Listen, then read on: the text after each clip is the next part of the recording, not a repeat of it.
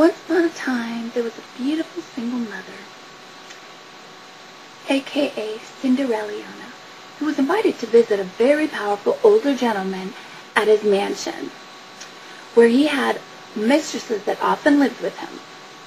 This woman did not come from money, and her childhood was filled with abuse and neglect. Her mother died several months prior to this invitation, and her father had no desire to have a relationship with her.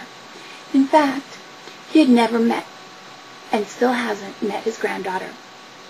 This invitation seemed like a dream come true for Cinderiliana, perhaps a new family and chapter of her life.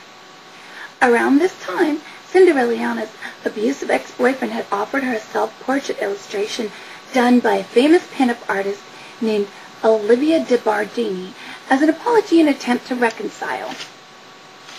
Since Cinderella had been at the mansion several times and the older charming gentleman showed no interest in her as one of his new mistresses, she considered her ex's reconciliation gift and asked the older man if he could arrange a more reasonable price for her ex-boyfriend from the artist Olivia for his gift.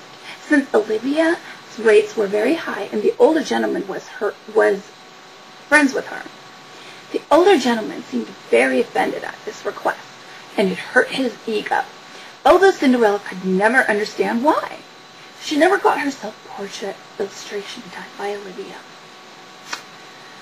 This man then had 3 mistresses move in with him at the mansion, all of whom Cinderiliana felt an odd bond to. She considered them sisters, but of the wicked kind. And as a welcome gift to the 3 wicked sisters, the older gentleman had the artist Olivia draw an illustration of each of the sisters. This hurt Cinderiliana.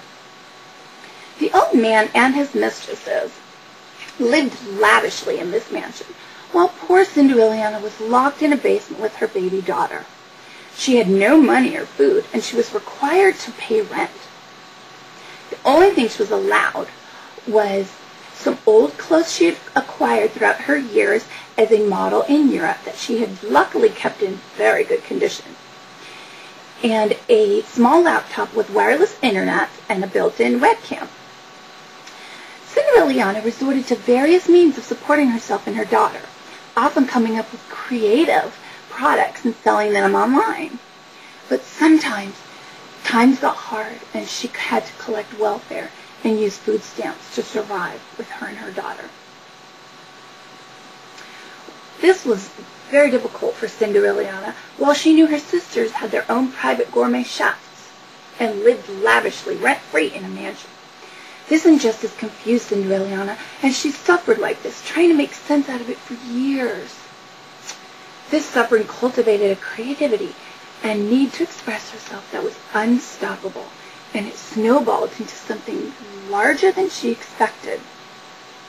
Since then, she didn't have money and have the freedom to do much else. She would express her ideas, dreams, likes, dislikes, and even posted many photos and videos of herself in different outfits, makeup, hairstyles.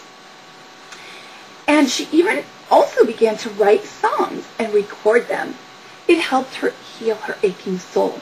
She ended up creating an entire CD with the online help of worldwiderecordings.biz, her record label, and it was luckily distributed all over the internet. Since the basement where she lived was very hot and was not very air-conditioned, she named the CD Caliente. She ended up starting a line of products and clothing also called Caliente, and some pretty cool swimsuits. No one ever saw poor Cinderiliana out in public, though people started hearing of her due to her internet activities. Her striking beauty, confidence, and talents started to draw attention.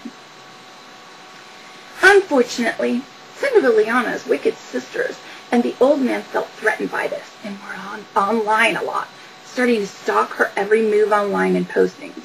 They would then leave out her dreams and goals that Cinderiliana had posted on various sites, and they'd try to duplicate her every gesture, photo, clothing style, and even her appearance, and pretend it was their own. via their own reality show. Though their attempts never equaled Cindereliana's, because hers was cultivated out of the imagination of the mind of a woman in captivity, which is the stuff that genius is made out of. Often, the genius is made out of.